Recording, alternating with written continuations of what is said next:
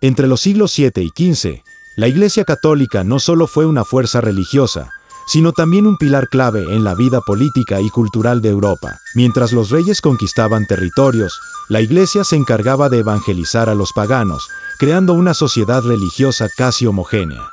Pero, bajo esta aparente unidad, sobrevivían antiguas tradiciones paganas y surgían herejías que desafiaban el orden establecido. La visión medieval del mundo era rígida, dividida en blanco y negro, donde todo se reducía a prototipos del bien y el mal. Esta mentalidad influía en cómo se percibía la verdad, la justicia, y también a las mujeres. Para la Iglesia, las mujeres solo podían ser vírgenes, puras y sumisas, o demonios, asociadas al pecado y la tentación. Esta visión no solo las confinó, sino que las marcó como un peligro moral. Pero, ¿cómo afectó esto la vida de las mujeres en la Edad Media? Prepárense, porque hoy viajamos al corazón de una historia que durante siglos fue silenciada. Esto es, Mujeres en la Edad Media, entre vírgenes y demonios.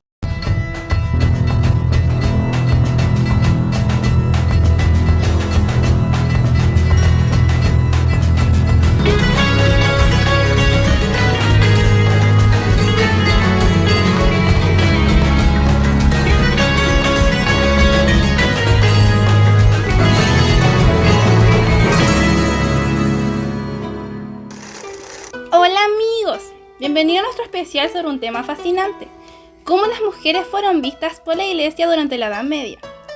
Hoy tengo el placer de entrevistar a Carmen Díaz de Rábago, la autora de Vírgenes a Demonios. Carmen, bienvenida.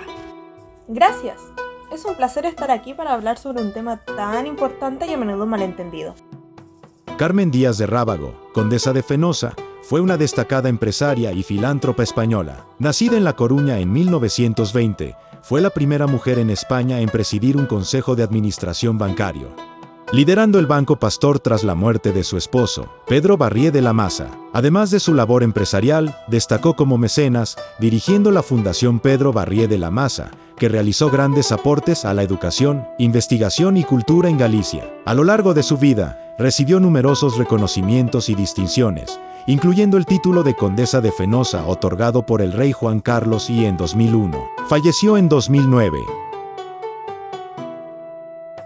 Carmen, cuéntanos un poco sobre ti, tu obra. ¿Cómo llegaste a escribir sobre el papel de las mujeres en la Edad Media? Desde pequeña me fascinó la historia, especialmente la de las mujeres, quienes a menudo son olvidadas.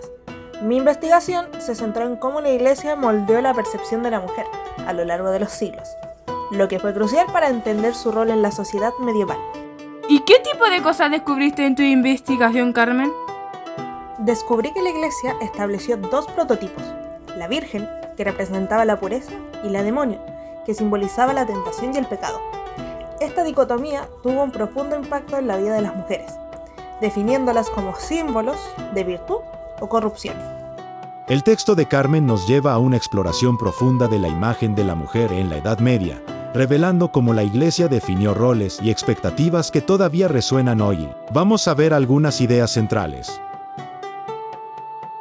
Hablando de esto, Carmen, ¿puedes explicarnos cómo la Iglesia controlaba la vida de las mujeres? Por supuesto, la Iglesia no solo dictaba la moral, sino que también controlaba el matrimonio y la sexualidad. Las mujeres debían ser sumisas y seguir un conjunto de normas estrictas sobre cómo debían comportarse, tanto en público como en privado. Cualquier desvío de estas normas podía resultar en severas consecuencias para ellas. Eso suena muy injusto. ¿Cómo se relacionaba esto con la literatura de la época? La literatura, como los escritos de los padres de la Iglesia, a menudo reforzaban estas ideas. Por ejemplo, en los sermones se equiparaba a las mujeres con el pecado y se promovía una visión misógina que las colocaba como responsables de la caída moral de los hombres. ¿Y había alguna forma en que las mujeres pudieran resistir a esta imagen?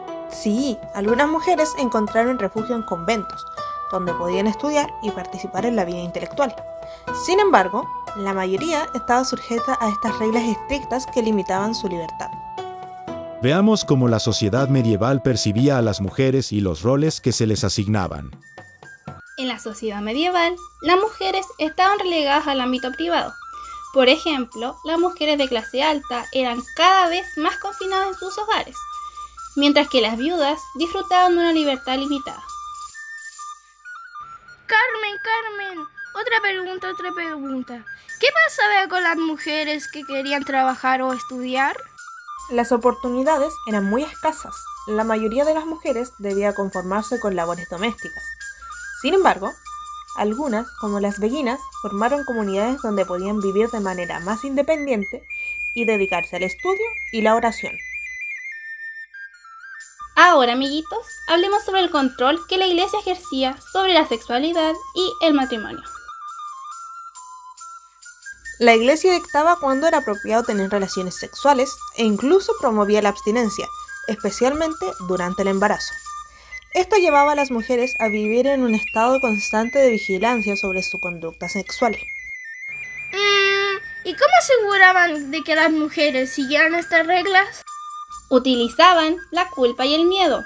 Las mujeres eran vistas como responsables de los pecados de los hombres, lo que las ponía en una visión vulnerable.